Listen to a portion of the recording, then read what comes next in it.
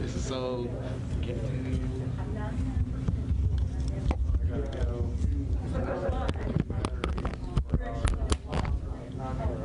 So I don't want to get this chair like literally in this. Check, check. Bring it. No, right there.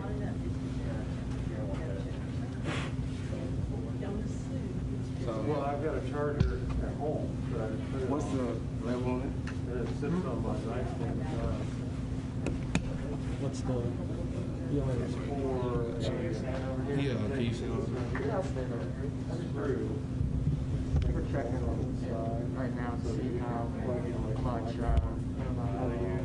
we'll be talking about this. This is a little probably something around there. Yeah, that's fine. Well, she said they could hear it. He was looking. They actually in those videos. Who's that? Can you want to speak? Hello? So let me explain something to you. My receiver and my microphone, as far as the digital ones that can go further, that's getting fixed right now with Jeff and him. So I'm pretty much going off of my live mic, well, the one with the cord. So I'm pretty much trying to get it as far as I can without messing up the shot. I'm trying to turn it up as loud as I can, so I mean, I don't know if y'all can crank it up a little bit more on y'all end. But I don't know. I just pack my stuff and I go. Pretty good. Pretty good. How are you? Good. I'm glad you gave me a heads up. I was like, coming in from around town and I didn't see the little. Oh, was it 3:45? Deanna asked me to do this. I mean, that's what he's doing.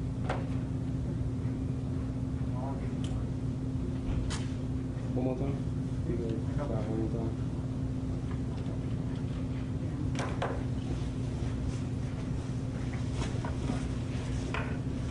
Looks like it's probably about to start sometime soon. What you got? Doing a little mic check type thing. Mic check. Keep talking. I guess so. Everyone's around. Lights shining. A couple lights shining. And that type of thing, you know? Have a news conference. Yep.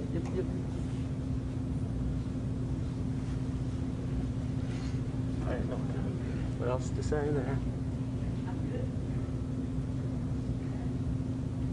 Y'all ready to go? Everybody set?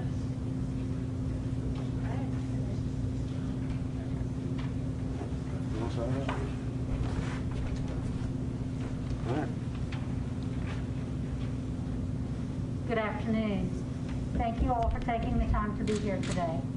I, along with Phyllis Cowling, President and CEO of United Regional Healthcare System, Dr. Peters, President of the United Regional Medical Staff, and Dr. McBroom, the Wichita County Health Authority, are here to speak on behalf of our medical community. Over the last week, we have seen a drastic and concerning increase of COVID-19 cases. This past Friday, our positivity rate was the highest yet at 39%, with a total of 560 new cases just for last week. Just from October 1st through October 16, we saw a total of 989 new cases. As of today, there are a total of 160 new cases, 39 from Saturday, 19 from Sunday, and 104 from today. We do have one additional death to report. We are also reporting 54 hospitalized. 51 of those are in United Regional, 2 in Cal West, and 1 in Electra Memorial. This number is different from what you'll hear from Phyllis, as we report Wichita, the health district reports only on those cases in Wichita County, and of course the United Regional has cases that are reside outside of our county. So with further ado, Phyllis will now speak to you and provide an update on hospital capacity.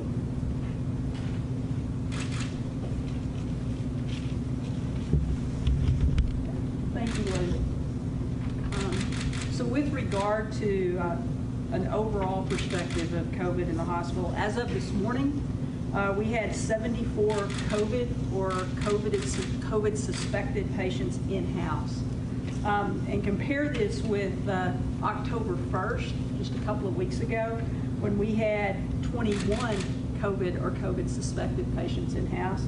And even just 1 week ago, on October the 12th, we had 37 COVID or COVID suspected patients in-house. So in other words, we've doubled in the span of 1 week. We are currently at the highest level of COVID patients at any point during the last 7 months, and they are sick. Given our current staff availability, we estimate that we would max out at about 250 patients. Anything above that is going to cause strain on our system and in the short term, and it may actually be unsustainable in the long term. Now, that number of 250 is down from the number that we were quoting earlier in the year of 280 beds available. And that's because we now have roughly 65 employees who are home under COVID diagnosis or quarantine because of exposure to a close family member or other. So we will be limited by our staff availability before we are limited by our physical bed availability. And as community transmission goes up, our hospital staff increasingly get exposed and become COVID positive or quarantined. And then as the hospital staff availability goes down, our capacity does as well. Everybody wants me to give you the number of available beds at any given point, but I will tell you it's a moving target because it's based on staff availability and, quite frankly, how sick our patients may be at any given point. Right now, we have roughly 240 patients in-house, which is over 95% of our estimated current capacity. COVID patients comprise 28% of our total capacity, and that percentage has climbed as we've discussed over the last several days. If we max capacity, however, we have a plan. And that plan is we will look to other hospitals in the region to absorb the overflow. And overall, there is very good bed availability in the region. So with regard to overall patient capacity, if we don't have it here at United Regional, we do have it in the region. However, we are here at United Regional, well, and quite frankly throughout the region, we are at or approaching our regional critical care capability. And that's largely due to physical beds and monitoring capabilities. As I mentioned, the COVID patients that we are now seeing are generally sicker than those in the spring and summer. Currently, here at United Regional, we're at, or essentially at, 100% full in critical care. In other words, there's very little, if any, capacity available relative to critical care beds. Further, other than here at United Regional, there is very limited critical care capability throughout the region, so we can't shift critical care patients to other hospitals. Now, having said that, here at United Regional, we must and we will be prepared to care for the emergent needs of our community. We remain a safe place to seek care, and patients should not delay treatment when needed. As always, patients should seek treatment at the nearest emergency department for urgent and emergent conditions. However, on behalf of our entire organization, I'm asking for your help. Please comply with masking and social distancing. Please be hyper vigilant. I know everyone is COVID fatigued, but we have a shared responsibility to each other. Otherwise, our local health resources are going to be strained, potentially overwhelmed, and that affects all of us, COVID and non-COVID alike. Dr. Peters?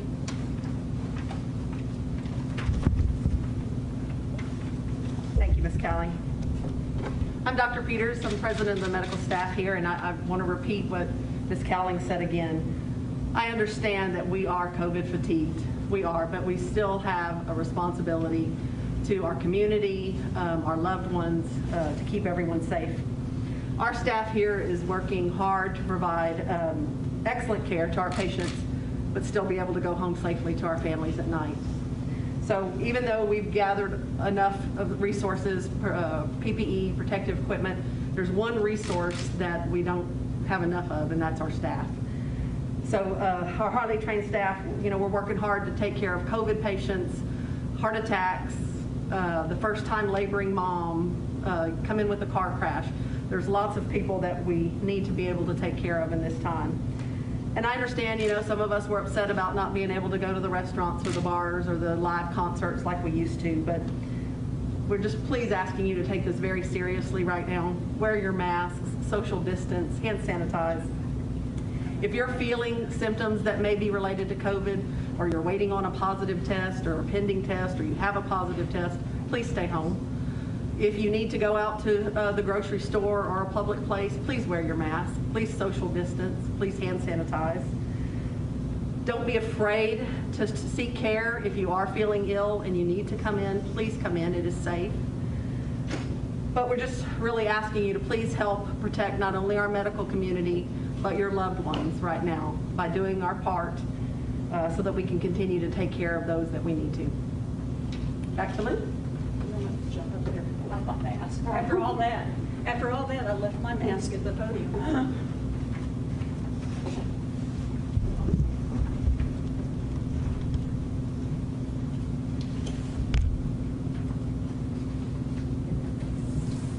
Now, more than ever, we ask that you take immediate steps to help slow the spread of COVID-19 in our communities by taking ownership and responsibility for your decisions. We must all do our part by practicing social distancing, wearing a mask, washing our hands regularly, and staying home if you're not feeling well. If you aren't feeling well, please stay home unless you are seeking medical attention. Limit your exposure to others, especially if you have a fever. Don't assume it's allergies or your sinuses. Assume you've been in contact with someone who is positive for COVID. With the upcoming holidays, Halloween, Thanksgiving, etc., please consider creative alternative ways to celebrate with just family members of your household and possibly FaceTiming relatives. There are fun ways to celebrate while still limiting exposures to others. Small family and friend gatherings can have a widespread reach once everyone returns to work or attends church or another event. While you may feel healthy and unconcerned about contacting COVID, please consider your loved ones who are more susceptible to severe complications, such as relatives and coworkers who have a compromised immune system or chronic conditions. I really can't echo Phyllis and Dr. Peters enough. We understand that people are tired of COVID. We understand that people don't want to wear masks. But we are at a critical juncture in our community, and if we don't start taking personal responsibility for ourselves and the decisions that we make, we're not going to be in a place where we want our community to be. So it really is everyone's responsibility to make good decisions, not only for your health, but your families and the community. Thank you.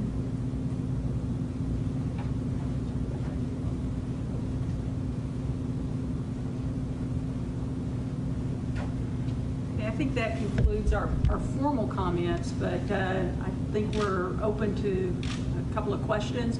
I also want to acknowledge we have Dr. Bob McBroom here, who is Public Health Authority for the Wichita County with the Health Department, and also serves as our infectious disease leader here at United Regional. But I'd be happy to take questions, any of us. Yep. I know at one time you guys were looking at K. Yeager.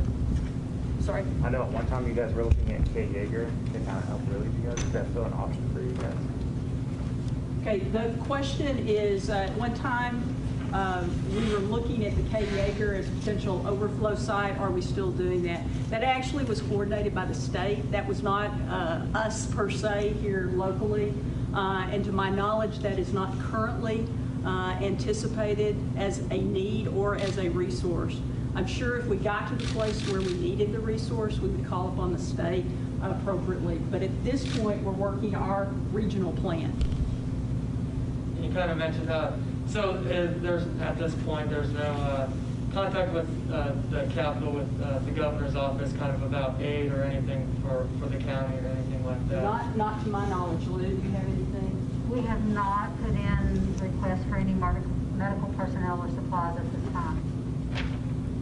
I will tell you that earlier in the pandemic cycle in March, as an example, in March and April, a lot of it was about trying to make sure that we had enough personal protective equipment, PPE as an example. We were fine. We were in good shape then. We remain in good shape now. The concern now is more people, staff, to care for everyone. Yeah. Do you have any idea or theory as to why the people in the hospital now are sicker than before? I have a theory, but I might better defer to medical professionals rather than the CEO. So I don't know if you want to address that, one of you. Well, also just it's fall, so we have a lot of other illnesses, a lot of other viruses in the community. People are more stressed. It's colder weather. We have a lot of fall allergies. So people right now, maybe their immune systems aren't quite where it needs to be, and we're having a lot of symptoms and illnesses. So of course that's going to make us a little more prone. We have kids back in school now. We have some bars and restaurants open. People are sharing germs more, and so I think that's a big part of it. I think, and I again would ask, one of the things that we think may have happened too is people delayed care in the spring and the summer, and now some of those underlying chronic diseases are being further affected. So I don't know, Dr. McBroom? Yes, that's very true. I think the problem that we're facing is primarily the similarities between most of the common fall and winter respiratory illnesses that we have that are very prevalent in the area. And certainly they conflict with our ability to rapidly and effectively diagnose COVID. What Ms. Cowling also said about innate and adaptive immunity is also true. We are, as a country, also as a state and also as a community, very immunologically naive to this virus. That means that none of us has ever been exposed to it before. We have heard a lot of philosophies about what that means. Personally, I'm a great believer in the herd immunity. There are some people in big major medical centers that don't believe in that, at least as it pertains to this virus. But I'm a firm believer, and I think what changed my mind about it was influenza. In my 40-year career, I have participated in the care and follow-up of a lot of pandemics, beginning with HIV. And I think it's very important to look at the history of these pandemics, even the 1918 influenza. At that time, there were a lot of immunologically naive people that had it. It took 40 years to get medications that were effective for HIV. We've never, over those 40 years, developed a vaccine. And I think that most of the anxiety that we're experiencing is the fact that we're not coming up with treatments that are effective. We're not coming up with vaccines. But it's only been 10 months that we've been fighting this. And I think the virus was probably in the country, in the city, in the state, long before everything exploded in March. And so I think that there is an underlying basic prevalence of COVID that is not being considered here. And that's why we're still seeing spikes in the number of people. And until everybody has some kind of experience, hopefully just as simple as herd immunity, the disease expression itself and severity will be minimal. And we'll all get through this. Don't be anxious about a cure. There will never be a cure anymore. There's a cure for HIV or influenza. I do think we'll probably do best by getting a vaccine first. I have participated in all of the drug studies. I have not been impressed with any of them as far as their effectiveness. However, we haven't learned from history. We have been using all the drugs, the convalescent plasma, everything that we have at our disposal to specifically manage the infection component. We start, in my opinion, too late. And we didn't learn that with HIV until about 35 years into the treatment, when we had effective treatment. We withheld it until the patient was committed, until his immune system was already low. Now we give it as soon as it's diagnosed, and we've got patients who no longer die of HIV, they die of heart disease and diabetes and all the other things that afflict all of us. So I think that in the 10 months that we have been fighting this, we have learned some very good lessons, and I hope that we can go back and maybe apply those lessons a little bit more stringently and effectively than we have. But it's a learning process. All the studies that have been published really have been published very hastily. We really don't know what works and what doesn't work. None of them have been peer-reviewed. They've been coming out in great numbers about every 2 or 3 months. And nobody bothers to read the discussions. Every paper that comes out has reports in it that say, we can't really trust this information. This data really is inconclusive. So we don't know what the science is. So about the only thing that I want to leave you with at this point in time, we're still working on it. I have pretty high hopes for a vaccine. It's going to take some time for it to take hold and also observe how effective it's going to be.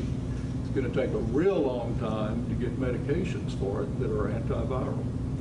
Maybe we'll go back to some of the other ones and use them earlier and see if they're more effective that way. I don't know.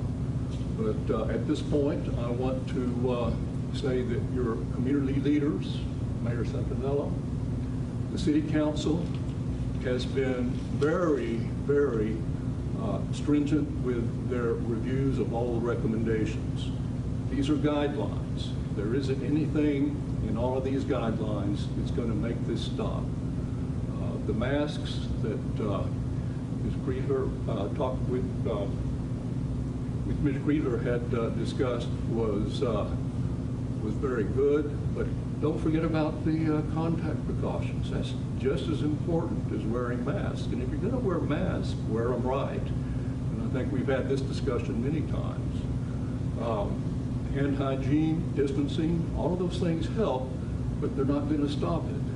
If you really want to protect yourself from COVID, you've got to get biosafety level 4 personal protective equipment, which means dressing up like a spaceman with your own oxygen tent and wearing it all the time, even to bed.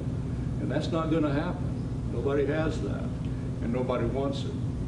So try to take a deep breath, live your life. It looks bad, could be worse, could be the 1918 flu, but I don't think it ever will be.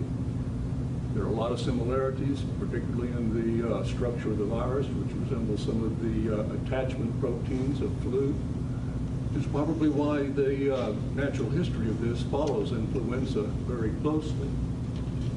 We're going to be challenged over the next few months because of the influenza season. Always remember, although a lot of people say you can't compare the flu to COVID, you can look back and see 40 years ago that we don't have what we have now. We've got really pretty effective vaccines. I used to be an unbeliever with the effectiveness of influenza vaccine, but I do think annual flu shots, which everybody in this room and community should get, are effective. They give some cross immunity to previous strains. I know that all of my family got flu shots last year, and still some of them came down with the flu, but it went away in a day. So I think flu shots are good.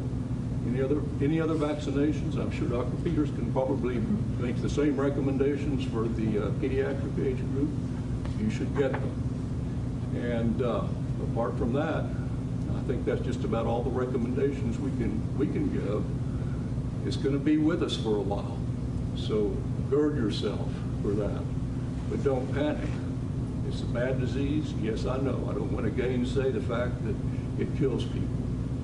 But when you compare this to the 1918 flu, when nothing was available, or even influenza outbreaks and pandemics that we had in the early years of my professional career rather, it was bad. A lot of deaths from that too. We'll catch up to it with this virus. And I have faith in our medical profession to come up with the proper science. We do not have that now. We have decent guidelines, and that's just about it. But we'll come up with something, and we'll all be okay to get through this. Any other questions? I just want to quickly highlight what Ms. Cowling said. If you're sick, please come get help. Like I said, sicker patients right now are because we're not seeking care for diabetes and heart disease. So please keep your doctor's appointments. Come in when you're sick. That will help out a lot. Absolutely. So there are no other questions. I want to thank everybody for coming today. And again, just to reiterate, what we're all saying is that, as Dr. McBroom said, this isn't going away anytime soon. But there's something that we can all do to help us all as a community get through this, and that is demonstrating that responsibility to each other. We all want life to go back to normal, but the quicker we, or the more diligent we are and vigilant we are with things that we know work, wearing our masks, staying socially distanced, washing our hands, and getting our flu shot, the better off we will all be. So again, thank you all for your time this afternoon, and thank you for being a part of this wonderful community where, as we say here at United Regional, together we've got this. Thank you.